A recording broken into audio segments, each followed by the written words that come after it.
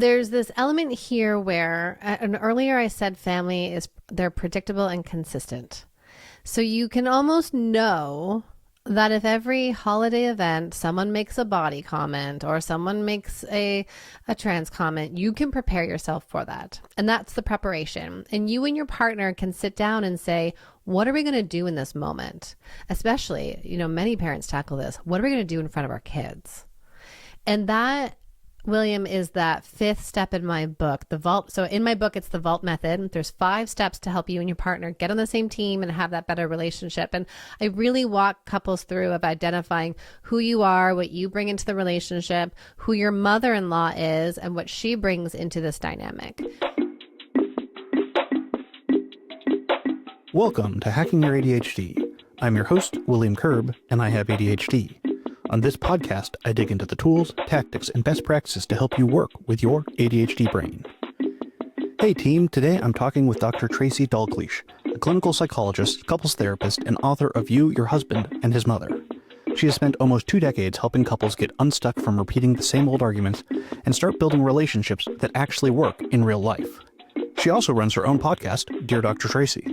In our conversation today, we get into how our relationships don't exist in a vacuum, how family expectations shape our decisions, and why it's so important to be on the same team with your partner, especially when you're juggling that extended family, ADHD, and a few generational differences in this is just how we do things.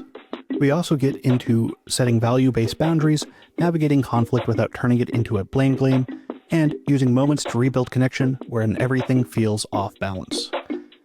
If you'd like to follow along on the show notes page, you can find that at hackingyouradhd.com/255. All right, keep on listening to find out how to survive a family dinner without needing a week of recovery. All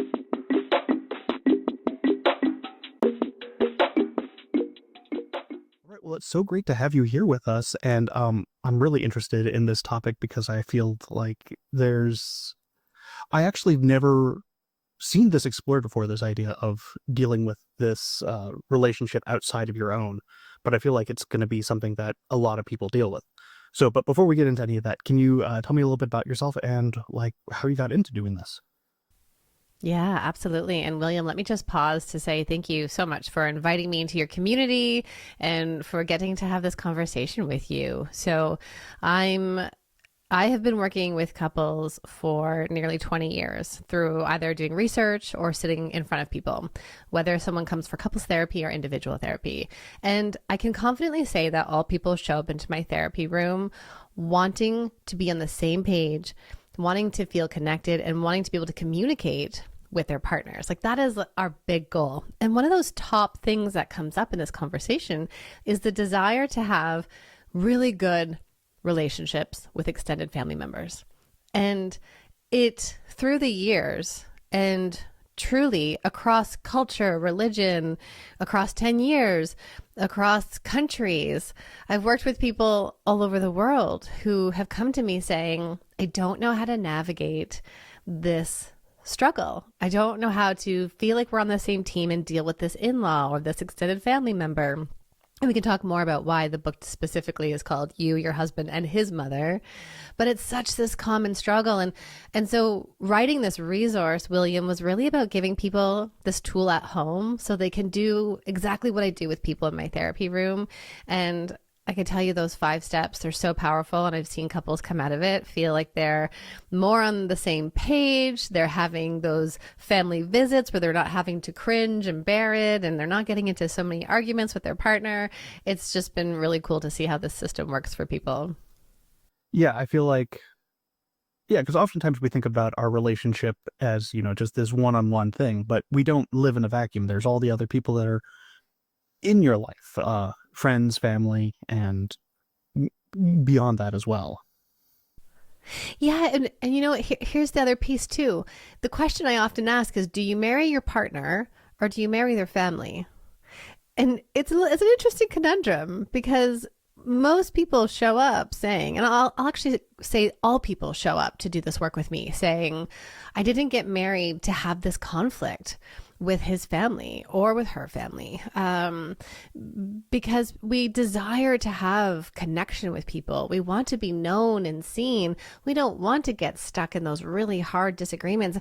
And William, especially around holidays, I know Thanksgiving's coming up and Christmas, and we'll be celebrating the new year. And around holidays, all of this extended family stuff resurfaces. And then couples are kind of doing this tension piece or having to have these hard conversations with extended family members, or sometimes both. Yeah.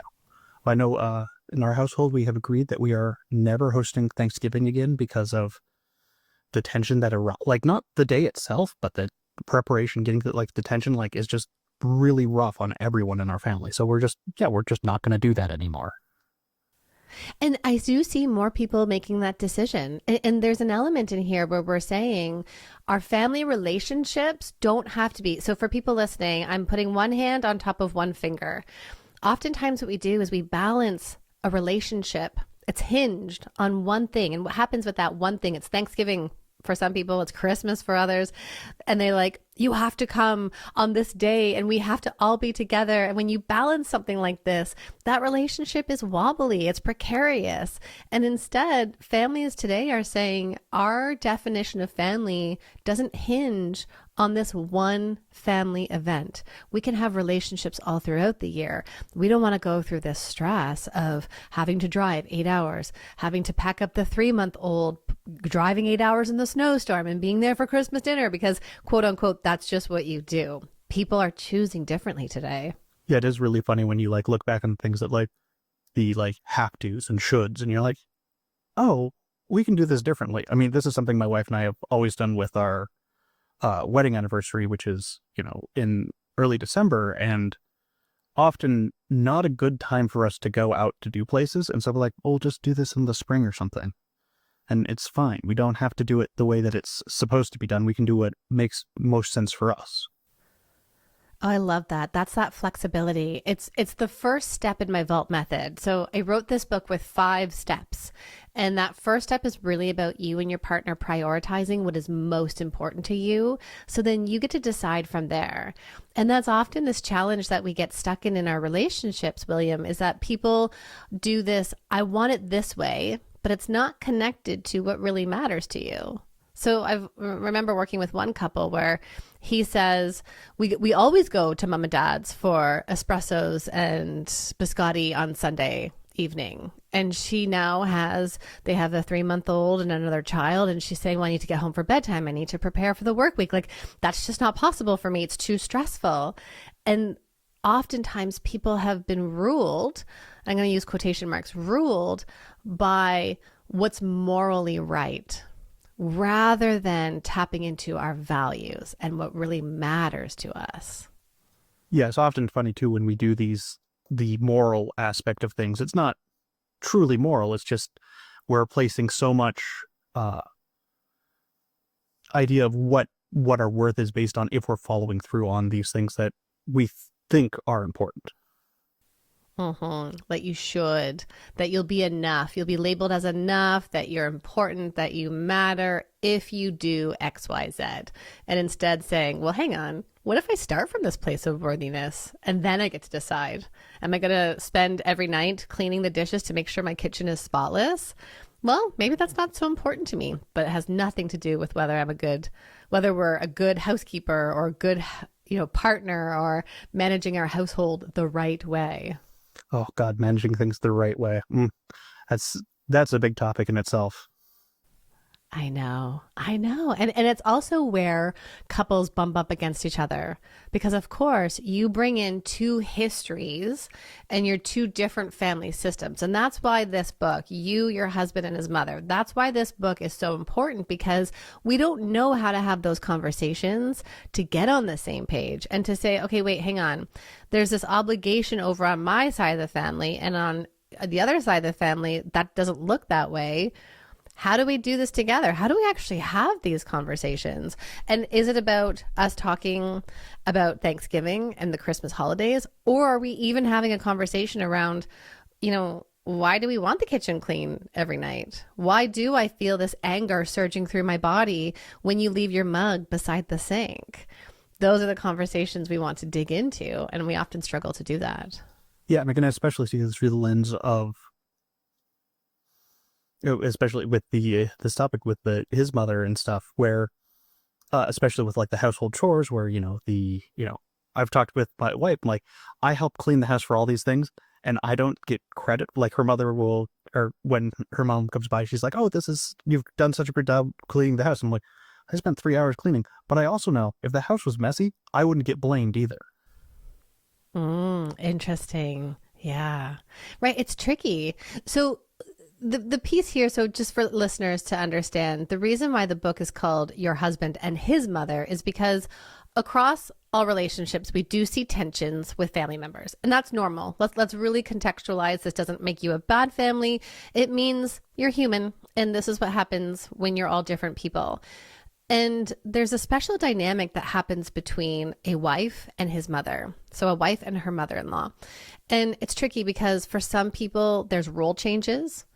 For other people, there's this sense of insecurity that shows up of, do I even, as the mother to my son, do I even matter in your family anymore? What role am I going to play? If you're doing it differently than me, it doesn't mean that I did it wrong. And it's also then about expectations that can show up between two people and them not being communicated. And you touched on something so important right there, because oftentimes women are the kin keepers in families, and they're the ones who are believed to be doing all the mental load things. Well, and often are. And so often are, yes. And then you have a different generation coming into the home and expecting. So mother-in-law expects daughter-in-law to host all the things, to say yes to the things, to be the communicator. When oftentimes a daughter-in-law is saying, whoa, I'm just trying to manage my family and all the other mental load tasks that I'm trying to do. I can't also still manage your family. Yeah, because it's so easy to forget that these things are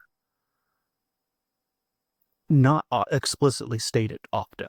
They're said with, behind other things like, oh, someone, didn't have time for the baseboards or something. And it's like, that's what you're saying?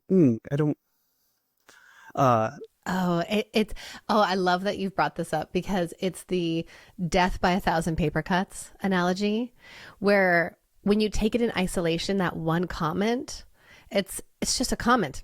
Baseboards, oh gosh, don't look at the baseboards. And then on the other hand, when it's the repeated comments, if it's the baseboards, if it's about why does your baby not have socks on, or if it's about why haven't you done all these things, then it starts to feel like, whoa, you're coming at me, and oh, this is not feeling so good, and what's with all these comments? And it really then asks on us of what we're going to do with it. And William, oftentimes what I see is that one partner will turn to their partner and say, wow, did you hear what your mother just said to me? That was really hard. That hurt. And oftentimes it is the woman saying it to her husband. And her husband, with good intentions, will say, that's just mom. No, it's not that big of a deal. That's just mom. She just shows up that way. And so, of course, what a partner then feels is dismissed, minimized, like her experience doesn't exist. And that's really where couples start to feel this tension together, because they're missing seeing what the key issue is here. Yeah, absolutely. I think because, as the male in the relationship, you often you're like, oh yeah, that's just how that person is. And I'm not feeling that from them. Like, this is what I grew up with. This is how it just is. And I don't feel that emotion. So I'm trying to assuage you that it's not bad. I'm not this, but that's not how it's often interpreted, because when your experiences are dismissed, it feels very awful. And there's a good reason why people do that dismissing and defensiveness. I mean, that can be around anything. When we think about if it's the kids, if it's the dishes, if it's the in-laws, if it's sex, that you get defensive or you dismiss things because deep down inside, you're trying to protect something. It's a defense mechanism. And then sometimes what we hear, it touches this shame button, like, uh-oh, I'm not adequate. Ooh, if my mom is bad, quotations bad, or you think my mom is bad, then what does that mean about me? And so it attaches so much deeper inside of us. That's why we get dismissive and defensive. We just want to just make it go away. We don't want to have to deal with that. Mm-hmm. Yeah. And another way I was thinking about when I was initially contacted by you, and I was thinking about this in relationship with ADHD, is for men and boys that were diagnosed quite young with ADHD, they have had a lot of support throughout their lives for their ADHD. And their mother kind of expects that to continue. Yes. Yes. Oh, yeah. Tell me more. Keep going. Well, I was just thinking back to, I wasn't diagnosed until my 20s, but for my own mother, she spent a lot of times just like taking care of things. And that did very suddenly shift when I moved out and was like, oh yeah, now I'm doing this. But occasionally she'd just step in and do stuff, and I'd be like, oh. And my wife would be like, oh, your mom's taking care of that? That's weird. And it was something I'm like, oh yeah, that's weird that she can be so involved sometimes. Yeah. So you're talking about this really special relationship between mother and son. And then I also think that, as parents in general, to any of our children, boys or girls, we want to look after them and nurture them. Mothers are the ones who are there when you score your first soccer goal, when you come home after being hurt on your bike, when you go off to college, they're there, right? And they have this special bond with you. And of course, parents want to care and nurture and give. And then sometimes part of that is also not helping you have your own resources and resilience to have the systems in place to help you do the things. And then what's tricky is that then you get into this union with your partner and they're like, why are you doing that? What's going on? Why aren't you doing it yourself? And that is a little bit of a dilemma in that sense. And then when you mentioned the children who are diagnosed young, yes, absolutely, because moms are the ones who have been putting those systems in place. And so they want to continue to see that happen instead of what I think is really important when we look at this triangle. Instead of her saying, you're now an adult, I trust that you can go and do this. And I'm going to turn you towards your partner. In a healthy family system, we turn adult children towards their partner rather than dividing them and saying things like, and William, I'll just say some of the couples that I've worked with. So I've had stories where mothers-in-law come over to their daughters-in-law house and they'll say something like, oh, my son's lost some weight. Are you feeding him? What are you cooking him? Or they'll start to say, has he been taking his vitamins? Have you been looking after him? And it's this then passing this baton to someone to say, you then have to look after me. Can you hear my heat? Okay, good. It's so cold here in Ottawa. I hear it clicked on. We woke up this morning having to find our mittens for outside, and I just wanted to make sure that you weren't getting that feedback from it. Oh, yeah. It's, no, don't hear it all, but yeah.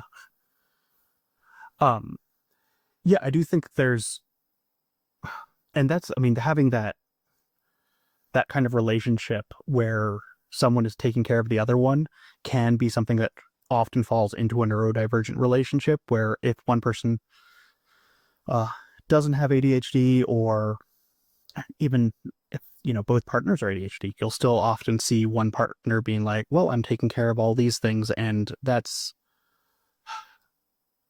tough. Yes.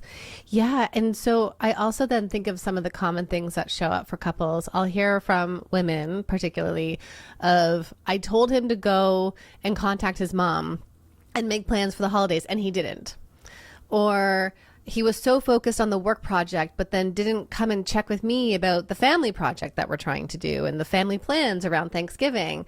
And so it's tricky because then if you don't understand who your partner is, if you don't understand how you both operate in the best way, and holding in mind that saying to your partner while they're looking at the computer screen, don't forget to call your mom to talk about Thanksgiving, they might not register that.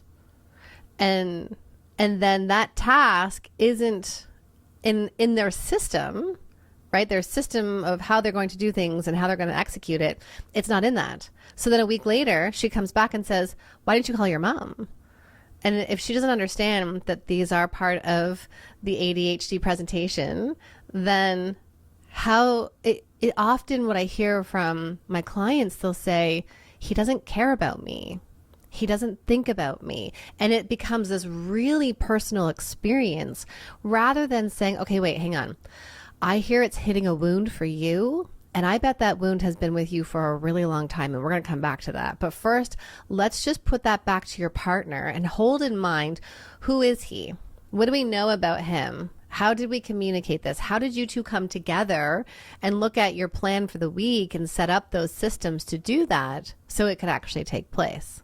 And then we're going to come back and look at, so when your partner doesn't do something, you immediately go to, I don't matter. What's this about? And what are those feelings? And can we work through that?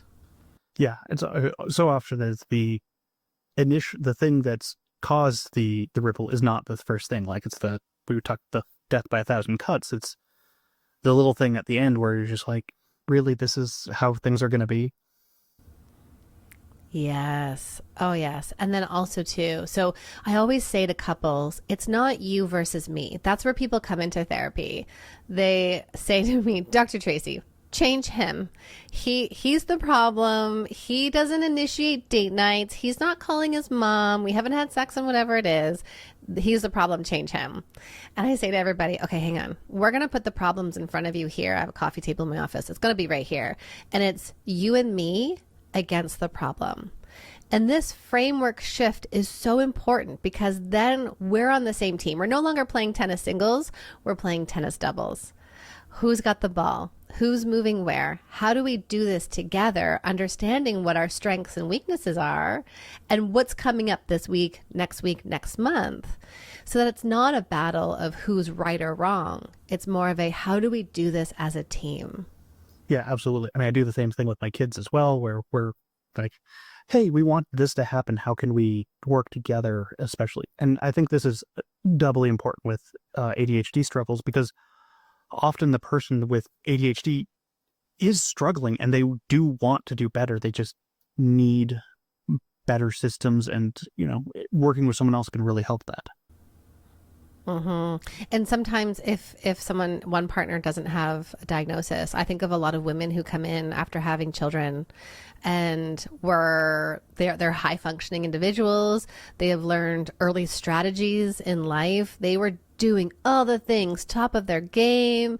And then one kid comes along, two kid comes along. And it's literally like that backpack that they've always been managing is now this kind of massive wheelbarrow on their back and it's too heavy. And so those systems they used to rely on just aren't working anymore. And oftentimes, there is, I think of the mothers and women, especially in middle life, where we're talking about maybe we need to explore this a bit further because now we're seeing it interfere with work. Like your functioning is interfering with work and you're coming in and telling me for years now, even after the kids are starting to grow and you're not in those newborn postpartum days, you're still overwhelmed and something else might be happening here. And how can we then put supports in place for you? The strategies will be the same, but when we have that diagnosis, it can sometimes be really helpful for us.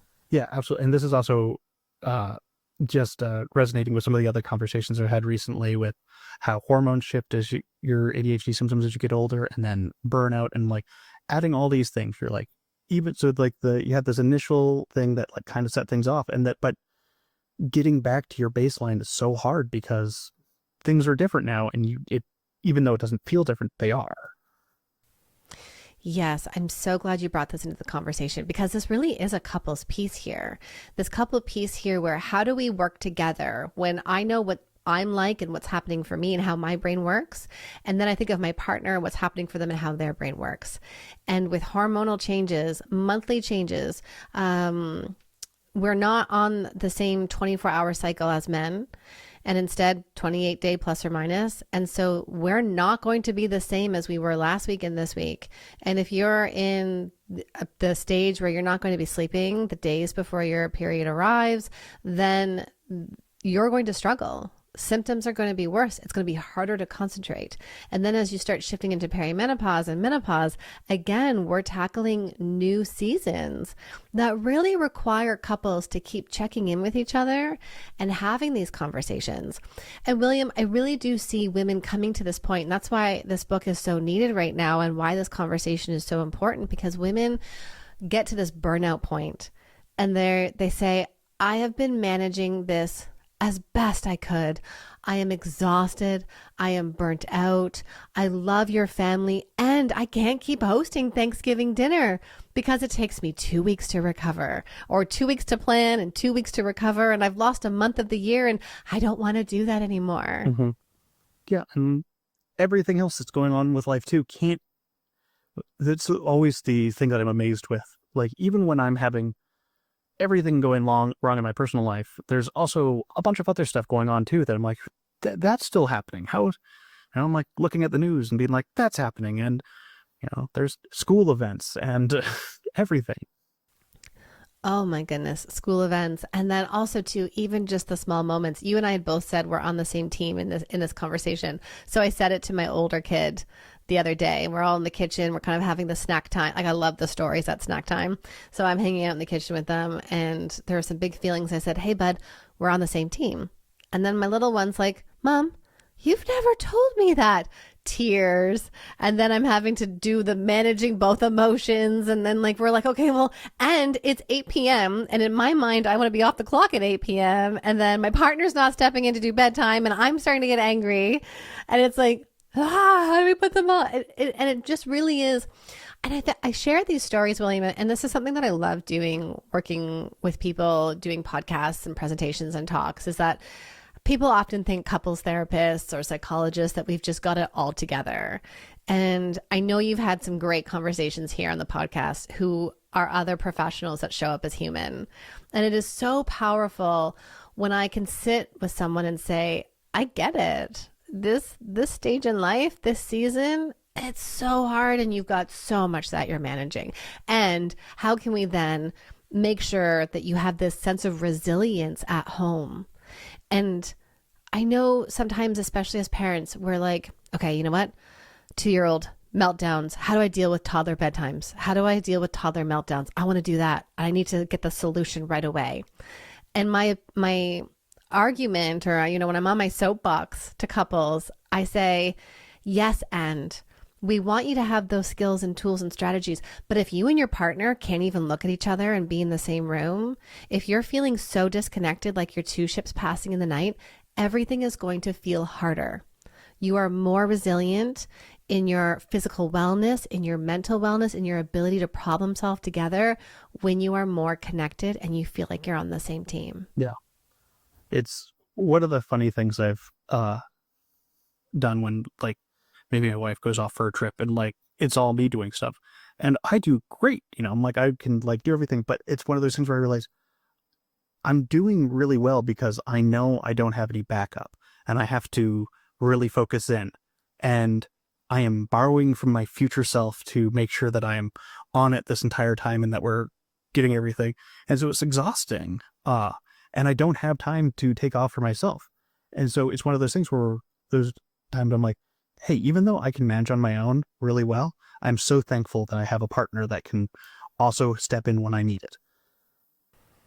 Oh, there's something so connective about that experience. I know so many people will share this. And I remember talking about it with my community in the sense of, why am I a better parent when I'm alone? Because it's just you. And you have no expectations of the other person. And it's your boundaries and not someone else's. And I think of bedtime as a common struggle for couples where one partner is like 3 stories only. You only do 3. It's from this pile of the short books. Don't do that. You do this, and then you get out of there. We wrap it up at 8 p.m. We got a bow, 1 glass of water, 1 bathroom use, back to bed. And then the other partner steps in and they're on story 5. And then they're on story 10. And then it's an hour later. And the other partner is like, what are you doing? Well, this isn't what we agreed on for bedtime. And it instantly becomes a you versus me. Instead, when we're by ourselves, we build those resources. But I love that you've just said that, because you really do build, you borrow from your future self when you have to do those things. And I think that's this piece too around conflict.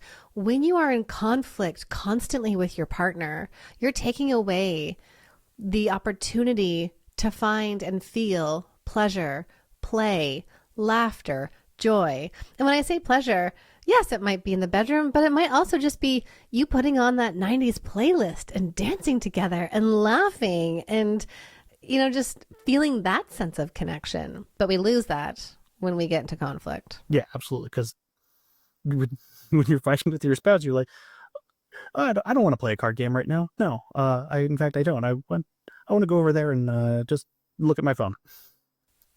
Oh, that brings me to this next piece in some ways of just kind of like building on our conversation here, where couples will say, I don't know how to get back on the same page. Like we've had this row and now I don't know what to do. It feels like the fire has just combusted in front of us. There was I lit the spark and then he poured the gasoline on and then whoosh, and now we're like on opposite ends of the room, not even looking at each other.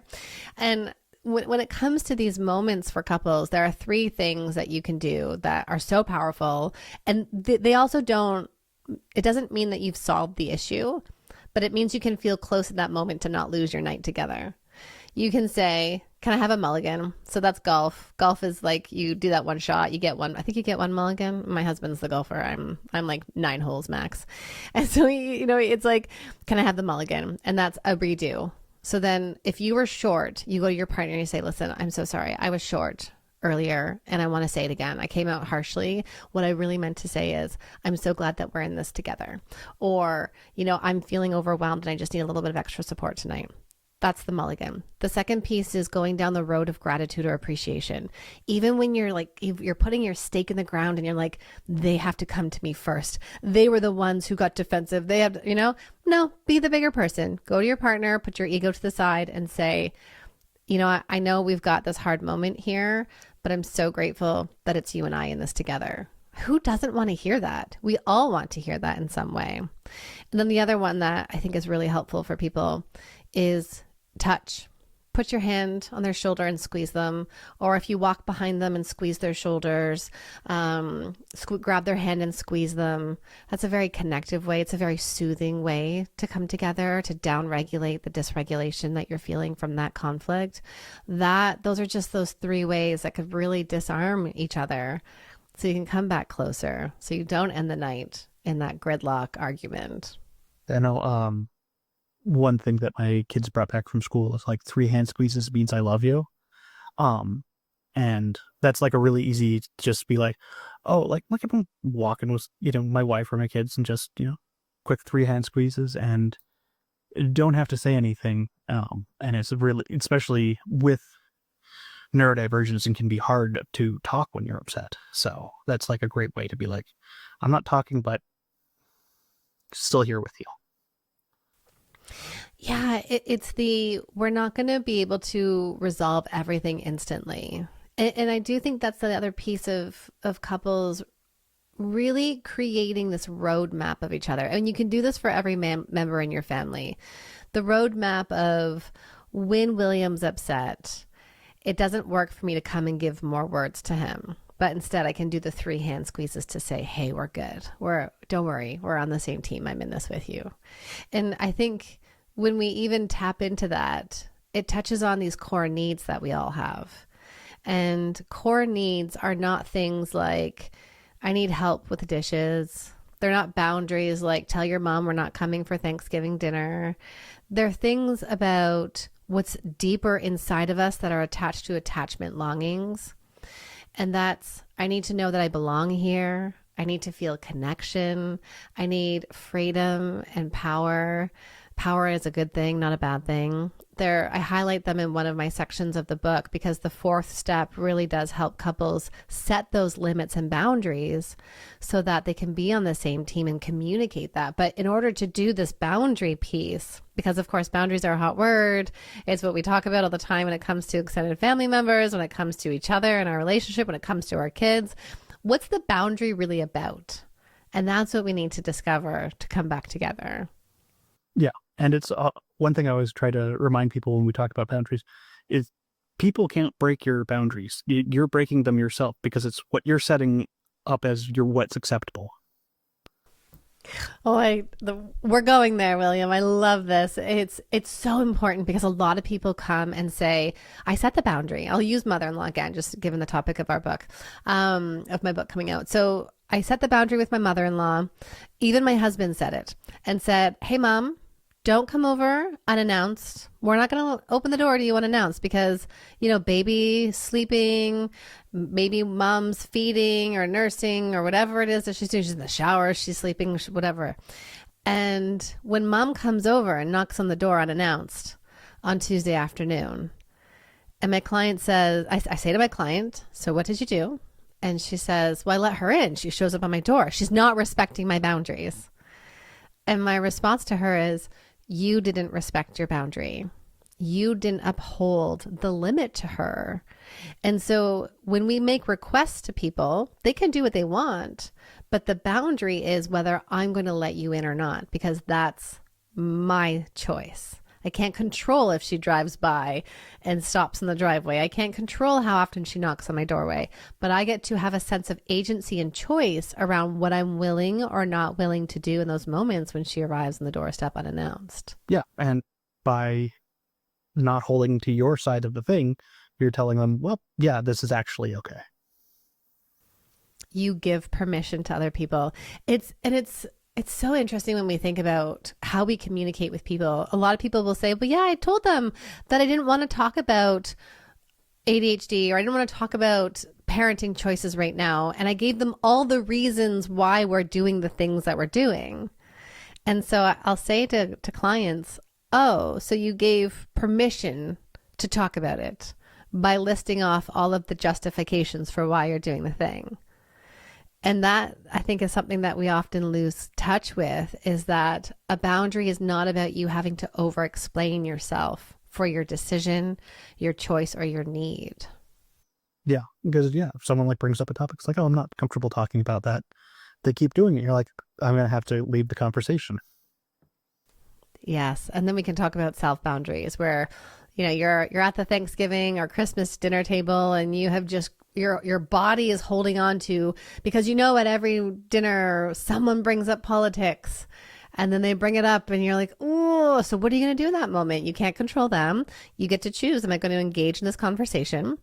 Or that self-boundary is, I'm not going to engage in this. So you get up, you go to the bathroom, you splash cold water on your face. Maybe you vent to the text buddy and be like, "Oh my gosh, here we go again. We're right in politics," as expected, right? Because, I always love to say that families are predictable and consistent. And then you go back to the table, and if the conversation's moved on, then you start talking about the Chiefs or whatever sport you're watching. The Blue Jays here in Canada are doing really well in baseball right now. So, whatever shows up. Yeah, there's always something else to talk about, especially as neurodivergent individuals where we have lots of interests. And you know what? If they're not interested, it doesn't matter because I'm still interested in talking about, my Lego collection or whatever. Yeah, I love that. So one of the things that this was making me think about here is just how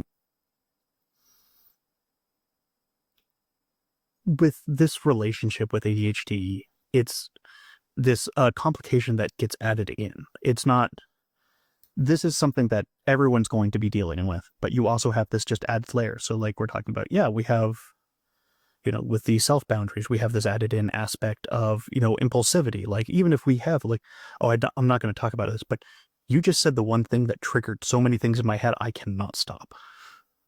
Mm-hmm. Yes. And it is that extra layer in there. I'm curious for you, what do you do in those moments where you feel like getting into those conversations that maybe you don't want to, or you get side railed down something that you didn't really want to do? What is it what's your top hack that you use? I don't always succeed. Where it depends on how hot button the issue is for my brain, where someone says something, I'm like, if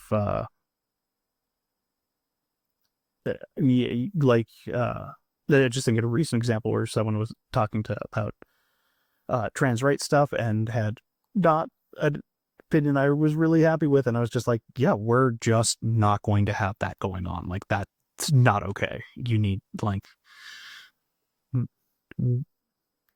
like trans rights or human rights. You cannot just ignore this. And walked away from the situation because it was not something I was like, I'm not going to change your opinion, and I'm just going to be mad if I keep doing this. Of course. So I think it's really interesting with that. So I think there's this element here where, and earlier I said they're predictable and consistent. So you can almost know that if every holiday event someone makes a body comment or someone makes a trans comment, you can prepare yourself for that. And that's the preparation. And you and your partner can sit down and say, what are we going to do in this moment? Especially, many parents tackle this. What are we going to do in front of our kids?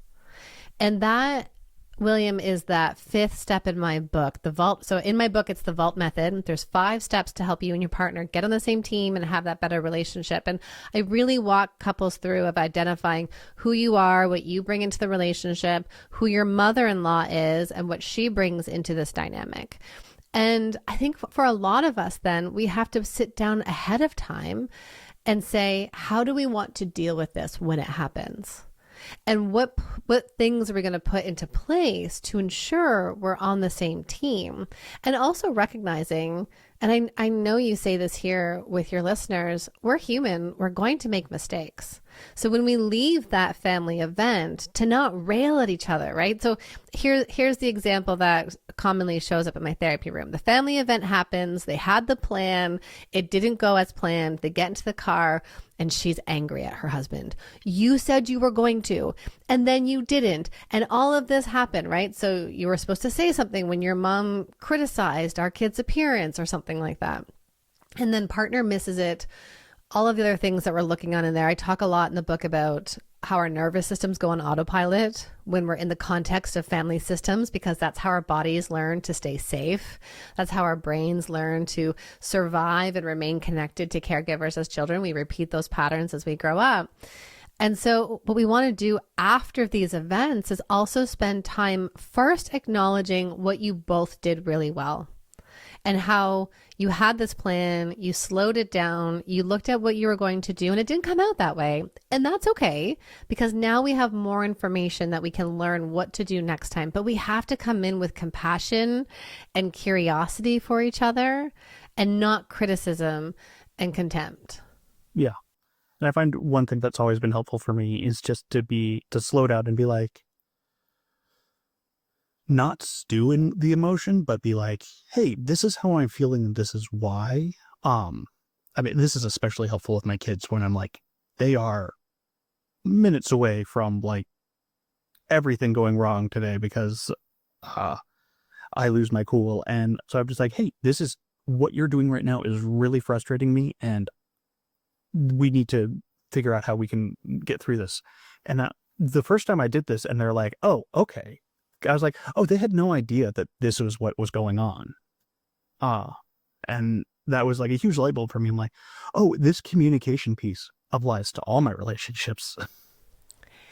Yes. And because it's what you're doing there too. And I think a lot of parents miss doing this with their kids. You're doing self and other. And that what creates a healthy relationship.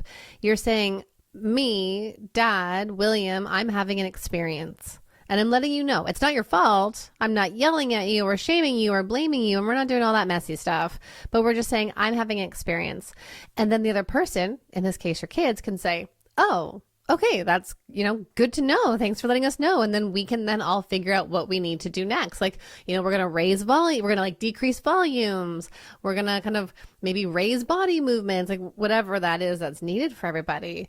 But I want to really put this in the context of relationships, because I think oftentimes what people do is they get stuck in the content. And oftentimes when couples are in my therapy room, I'm not really looking for who's right or wrong. And I've had couples argue over things that you wouldn't even believe. I mean, how to boil a pot of water the right way. It wasn't about the pot of water, by the way. How to cut vegetables was the start of an argument, which again, it's not about cutting vegetables. But there's this element in here where we want to walk around what's happening in that moment. And you doing that is saying, ooh, I'm feeling frustrated right now. I need this. So you're not going into the issue. You're just simply saying, I'm having this experience and here's what I need. And it's so powerful. Yeah, absolutely. And it's one of those things where it goes back to we're on the same team. And it's when you're not feeling on the same team, that's really hard to do. But when you bring it back, then this same thing with I'm waiting for the apology kind of thing where, I've been in that situation. I'm like, and then like at some point I'm just like, why am I waiting for an apology?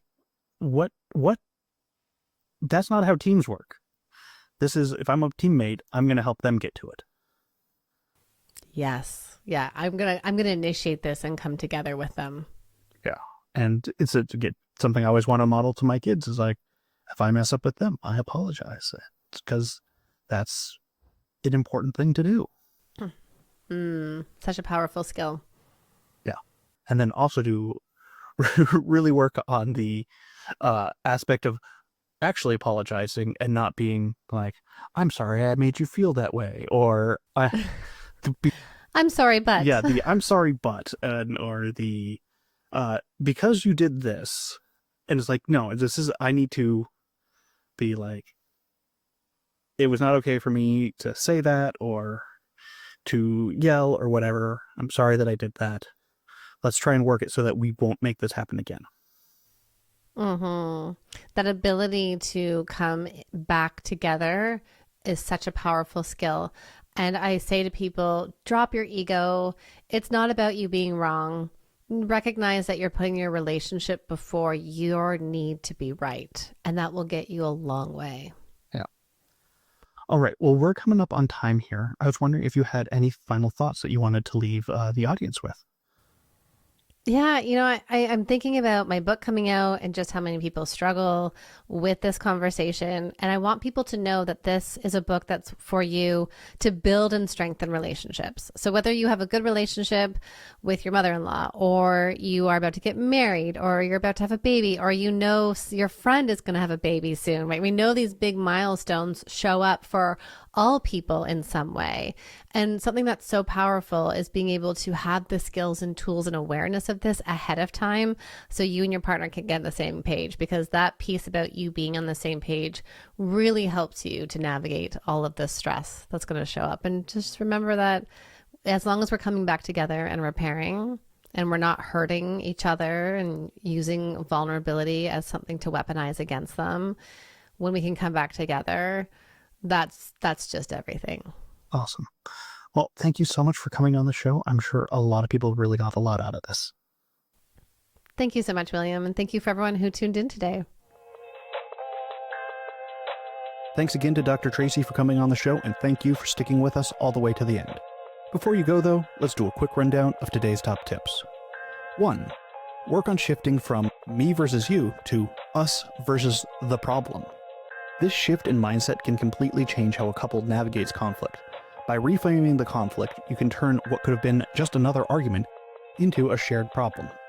Now, I do want to add on here that as well, this is a learned skill and it does take time to develop, so it won't happen overnight, but it is well worth doing. 2. Boundaries aren't about controlling someone else's behavior. They're about choosing how you'll respond to that behavior. We often sabotage our own boundaries by trying to over-explain them and then giving people justifications that sound like permission to debate our choices. You can't stop someone from knocking, but you can decide whether you'll open the door. 3. Try building a roadmap of each other's regulation styles. While everyone has different ways of dealing with stress, and certainly with ADHD, emotional regulation can be quite unpredictable, but knowing them in advance can help prevent future frustrations when things get heated. All right, that's it. Thanks for listening. I'd love to hear what you thought of this episode. Feel free to connect with me over at hackingYourADHD.com/contact. If you'd like links or to read this episode's transcript, you can go to the show notes page at hackingYourADHD.com/255. And if you'd like even more Hacking Your ADHD, be sure to sign up for my newsletter, Any and All Distractions, which comes out every other week. In it, I give out my best distractions of the week, be they what I'm reading, what I'm playing, or what I'm watching, or anything in between. I also try to give out a few bits of actionable advice in each newsletter, although your mileage is certainly going to vary there. If that sounds like something you're interested in, head on over to hackingYourADHD.com/newsletter to sign up. I also wanted to make sure that you knew about our Patreon, which you can find at hackingYourADHD.com/Patreon. It's a pay-what-you-want model, meaning that you can give any amount, be it 0, 2, 5, 10, whatever you want. It gets all the same stuff. And it gives you access to the Hacking Your ADHD Discord. So, if either of those things sounds like something you're interested in, head on over to hackingYourADHD.com/Patreon.